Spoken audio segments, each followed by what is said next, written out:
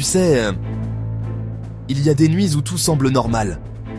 Et puis, sans prévenir, tout bascule. Cette histoire, elle m'est arrivée il y a 2 ans. Halloween 2023. Et depuis, je n'ai plus jamais vu cette fête de la même façon.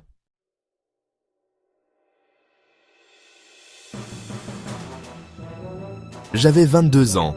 Je bossais comme animateur communautaire. Ce jour-là, on avait organisé un grand événement pour les familles. Concours de costumes, jeux, bonbons, rires d'enfants, une super ambiance. Mais aussi, une journée épuisante. Quand tout a été fini, je suis rentré chez moi, lessivé. J'ai mangé un truc vite fait, pris une douche et j'allais me coucher. C'est à ce moment-là que mon téléphone a sonné. Ma petite sœur, Savannah. Elle voulait que je l'emmène, elle et mon neveu Jackson, faire le tour des maisons pour Halloween. Parce que, bien sûr, personne d'autre dans la famille n'avait envie d'y aller. Petit rire nerveux. Et comme toujours, c'est tombé sur moi. Le grand frère cool. Je n'avais pas du tout envie, mais bon. Savannah avait 15 ans, Jackson en avait 11. Je ne pouvais pas dire non. Alors, j'ai remis mes chaussures, pris mes clés, et je suis parti les chercher.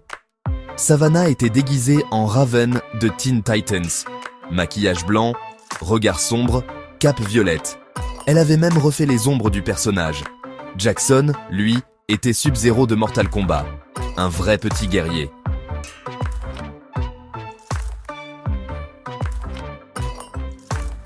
On est monté dans la voiture, direction un quartier bien décoré.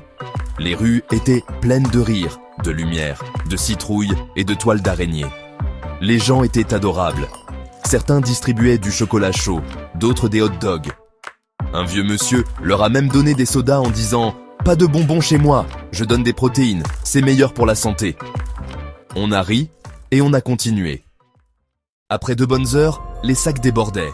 Les rues se vidaient peu à peu, les lumières s'éteignaient. On s'est dit que ce serait la dernière maison avant de rentrer.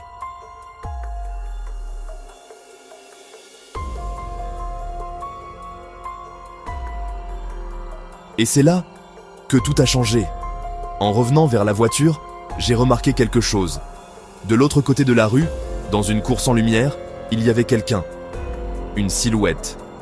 Immobile. Habillé entièrement en noir. Capuche sur la tête. Et je ne voyais pas de visage.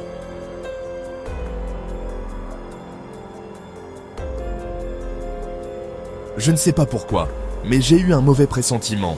J'ai dit doucement à Savannah, regarde discrètement, mais ne fixe pas, il y a quelqu'un là-bas. Il croyait que c'était juste un voisin déguisé pour faire peur. Mais Savannah, elle, a blêmi. Elle savait que je ne plaisantais pas. Je transporte toujours un pistolet dans mon sac à dos. Un Glock. Par précaution. Savannah le savait. Alors quand je lui ai dit de rester près de moi, elle a compris.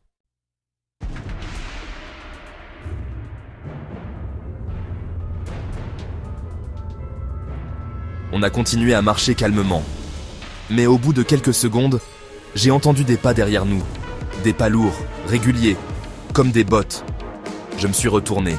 C'était la même silhouette. Sauf que cette fois, elle était plus proche. Sous la lumière des lampadaires, j'ai vu les détails. Veste tactique, pantalon noir, rentré dans les bottes, masque intégral noir. Pas un mot, pas un bruit. Juste cette chose qui avançait lentement.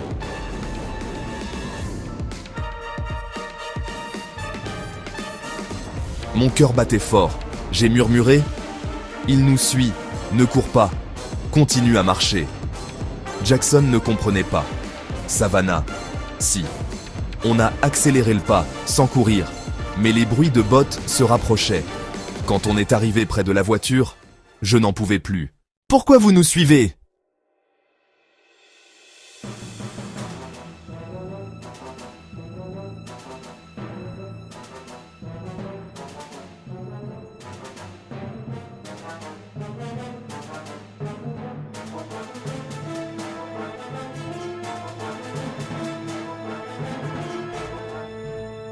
Calmez-vous, je suis policière. J'ai été envoyée ici pour vérifier un cambriolage. Quand vous m'avez regardé, j'ai cru que c'était vous. Rangez cette arme, ou je vous arrête.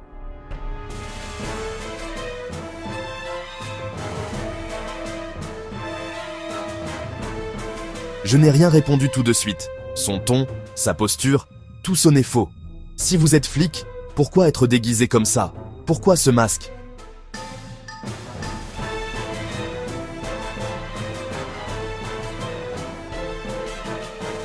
Si tu n'avais pas eu cette arme, cette nuit se serait terminée très différemment pour toi. À ce moment-là, 4 autres silhouettes ont surgi de l'ombre. 4 personnes en tenue tactique. 3 hommes, une femme, sans masque. Ils avançaient vers nous, lentement. Dans la voiture. Vite! Savannah et Jackson ont couru. Je suis resté un instant, mon arme pointée, prêt à tirer s'il le fallait. La femme, elle n'a pas bougé. Elle m'a juste regardé partir, avec ce sourire. Je suis monté dans la voiture et j'ai démarré. En regardant dans le rétroviseur, je l'ai vue encore debout, au milieu de la route, me fixant comme si elle savait quelque chose que j'ignorais.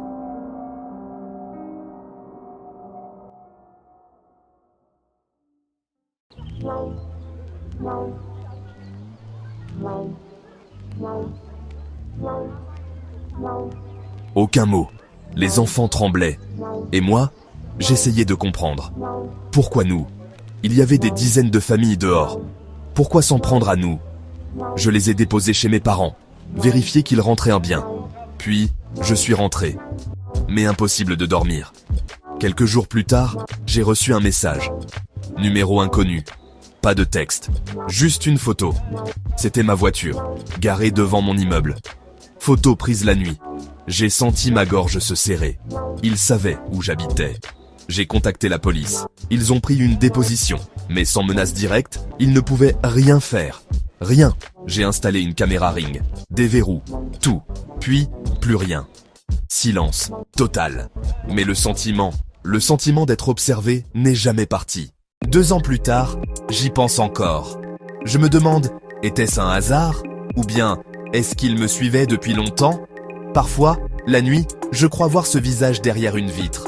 Ou entendre ses bottes dans le couloir. Et je me réveille en sursaut. Cette nuit d'Halloween m'a changé à jamais.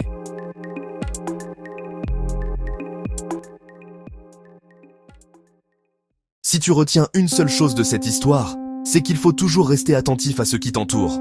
Parce qu'on ne sait jamais qui nous observe dans l'ombre. Et crois-moi, si je n'avais pas été armé cette nuit-là, je ne serais peut-être plus là pour te raconter cette histoire. Alors la prochaine fois que tu sortiras un soir d'Halloween, regarde bien autour de toi. Les monstres ne portent pas toujours de costume.